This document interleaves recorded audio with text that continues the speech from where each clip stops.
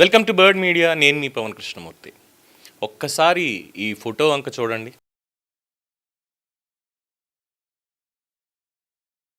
మొత్తం అన్ని రాష్ట్రాల ముఖ్యమంత్రులు, ప్రధానమంత్రి అందరూ కలిసి నీతి ఆయోగ్ సమావేశంలో తీసుకున్నటువంటి ఫోటో. ఎందుకు ఈ పర్టికులర్గా ఇది కొత్త టీమిండియా అనాల్సి వస్తుంది అంటే, గత 4-5 ఏళ్ళు ముందు మనం తీసుకుంటే నీతి ఆయోగ్ మీటింగ్స్ ఇవన్నీ జరుగుతున్నాయి అంటే కొన్ని రాష్ట్రాల ముఖ్యమంత్రులు వచ్చేవాళ్ళు కాదు.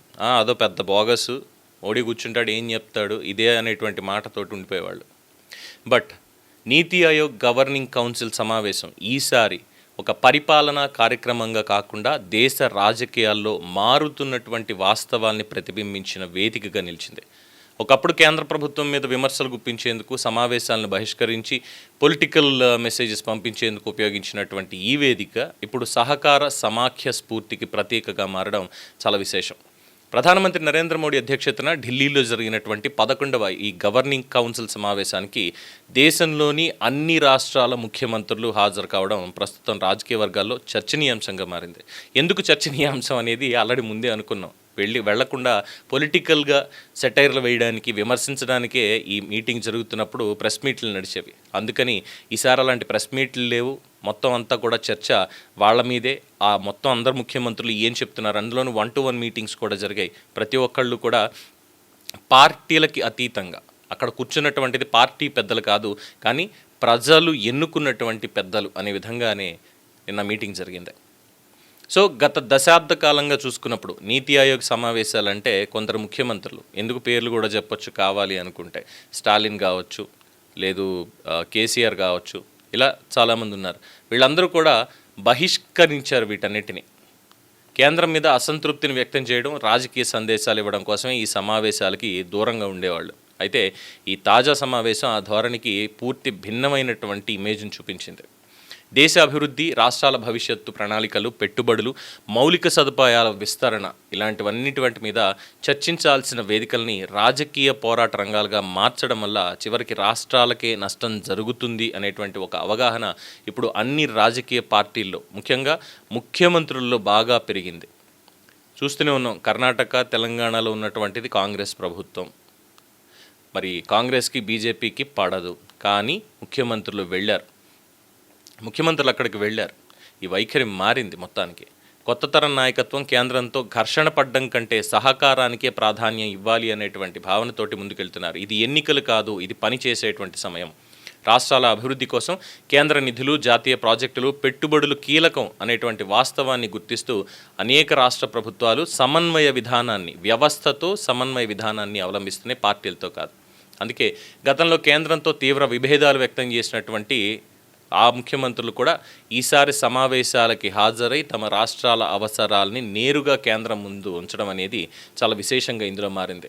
సో దీంట్లో సూక్ష్మ, చిన్న, మధ్య తరహా పరిశ్రమలకి బలోపేతం, అలాగే ఉపాధి అవకాశాల విస్తరణ, గ్రీన్ ఎనర్జీ, పట్టణాభివృద్ధి, వ్యవసాయ రంగ ఆధునీకరణ, మౌలిక సదుపాయాల అభివృద్ధి, శాంతి భద్రతలు అనేటువంటి అనేక అంశాల మీద కీలకమైనటువంటి చర్చ జరిగింది.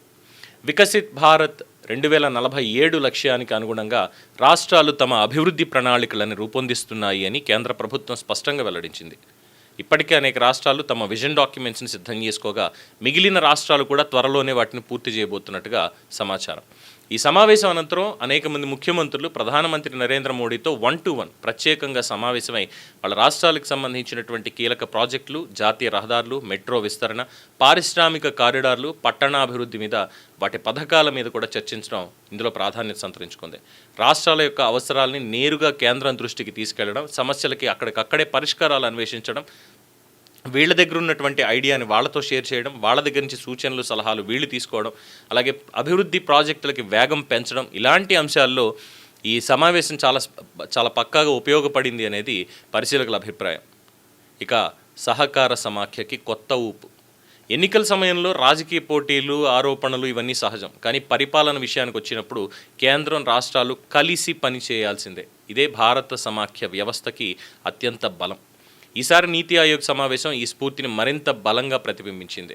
రాజకీయ భేదాభిప్రాయాలను పక్కన పెట్టి రాష్ట్రాల అభివృద్ధి, దేశ పురోగతి కోసం ఒకే వేదిక పైన కూర్చొని చర్చించడం అనేది ప్రజాస్వామ్య పరిపక్వతకి నిదర్శనం.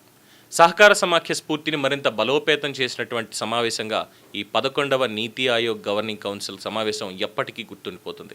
ఇందులో ముఖ్యంగా హైలైట్ అయింది కూడా మళ్ళీ మన వాళ్లే.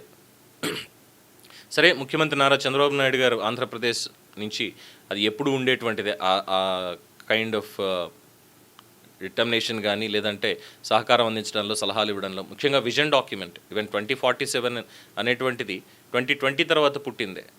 కేంద్రం కూడా అదే తీసుకుంది. సో దాంతో ఇక్కడ ఓకే, అందులోని కూటమిలో ఉన్నారు కాబట్టి పెద్ద చెప్పుకోకర్లేదు. రేవంత్ రెడ్డి గేమ్ చేంజర్ అని చెప్పొచ్చు ఈ పర్టికులర్ మీటింగ్లో. ఎందుకు అనంటే కేవలం తెలంగాణకి ఏం కావాలి అనేటువంటి పాయింట్ ఒకటే కాదు, కొన్ని ముఖ్య నగరాలని ఢిల్లీ, బాంబే, కాల్కటా, బెంగళూరు, అలాగే హైదరాబాద్ ఇలాంటి నగరాలని గుర్తించి ఒక 6 నగరాలకి 6 లక్షల కోట్ల స్పెషల్ ఫండ్ అనేది, ఒక్కొక్క నగరానికి 1,00,000 కోట్లు ఆ రాష్ట్రాలకి స్పెషల్గా పెట్టి వీటిని ఇంకా బలోపేతం చేయడానికి స్పెషల్ బడ్జెట్ని పెట్టండి. దాంతో దేశం ఇంకా ముందుకు వెళ్తుంది. త్వరలోనే తెలంగాణను కూడా 3 ట్రిలియన్ ఎకానమీగా తీసుకువెళ్ళడానికి మాకు ఇది ఉపయోగపడుతుంది. అలాగే మిగతా రాష్ట్రాల్లో మిగతా ఈ నగరాలు కూడా ఖచ్చితంగా కీలకమైనటువంటి పాత్ర పోషిస్తాయి అనేటువంటిది మోడీని పూర్తిగా ఆకట్టుకుంది. సో ఇక్కడ మాట్లాడుకున్నది కాంగ్రెస్ పార్టీ లేదు బీజేపీ నేతలు కాదు, భారత ప్రధానమంత్రి, తెలంగాణ ముఖ్యమంత్రి. ఇది సమాఖ్యలో ఉన్నటువంటి బ్యూటీ. సో రేవంత్ రెడ్డి ఆలోచనలకి చాలా గౌరవం కూడా దక్కింది. దాని పరిశీలనలో కూడా తీసుకున్నారు. రేపో మాపో ప్రకటన కూడా దాని మీద వస్తుంది. ఇక ఆ తర్వాత ఇటీవల ఎన్నికైనటువంటి కొత్త ముఖ్యమంత్రి ఎటువంటి రాజకీయ బ్యాక్గ్రౌండ్ అనేది లేకుండా వచ్చి ఒక మార్పు తీసుకురావాలనేటువంటి ఉద్దేశంతో ఉన్నటువంటి టీవీకే అధినేత విజయ్, తమిళనాడు ముఖ్యమంత్రి. గతంలో స్టాలిన్ వెళ్ళలేదు, నీతి ఆయోగ్కి చాలాసార్లు వెళ్ళలేదు. ఇక్కడి నుంచే కూర్చోవడం, విమర్శించడం. అలాగే కేసీఆర్ తెలంగాణ నుంచి అందరికీ తెలిసినటువంటిదే. అలాగే కర్ణాటక నుంచి ఈసారి డీకే శివకుమార్ అక్కడ కూడా హాజరయ్యారు. మామూలుగా కాంగ్రెస్కి వీళ్ళకి పడదు కాబట్టి నీతి ఆయోగ్ తిట్టి ఇంకోటి మేము వెళ్ళాం అనేది ఉంటుంది. కానీ ఇక్కడ అలా లేదు, ఖచ్చితంగా వెళ్ళారు. ఎందుకంటే ఇది రాష్ట్రాలకి, దేశానికి, ఈ రాష్ట్రాలన్నీ కలిస్తేనే కదా దేశం. అందుకే అందరూ కలిసి వెళ్ళారు దేశం కోసం అని చెప్పని, రాష్ట్రాలని ముందుకి నడిపించడం కోసమని. అందుకే ఈ 11వ సమావేశం ఖచ్చితంగా ఒక గేమ్ చేంజర్ అండ్ డెఫినెట్లీ ఇది ఒక మంచి ముందడుగు అవుతుంది అనేది ప్రతి ఒక్కళ్ళ ఆశాభావం కూడా.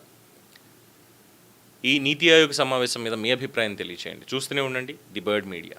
ఈ వీడియో మీకు నచ్చినట్లయితే లైక్ చేయండి, షేర్ చేయండి, సబ్స్క్రైబ్ చేయండి.